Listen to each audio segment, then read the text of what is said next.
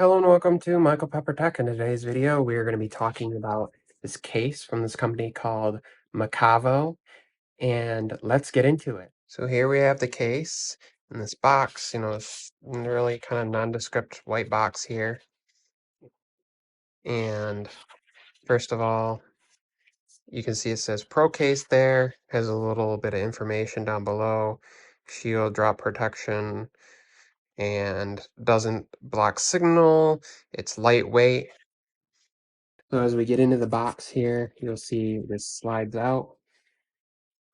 It's in this kind of sleeve material here. Just slide it out of that. Toss that to the side. We got some foam in there. Yes, I did injure my wrist. Slipped and fell the other day. This is the case. You'll see it's just a, nice translucent case there. Let's get the device put into the case. Wipe off the device. Get it put into the case here. Shouldn't take too much effort. Just kind of slides in, clicks in place, covers the cameras there, the buttons, not a lot of space around it, keeps those open pretty well. The ports nice and open, and the speaker grill is protected there, as well as the microphone and the charging port are nice and open. Around the top, you have IR blaster, microphone, and another speaker port.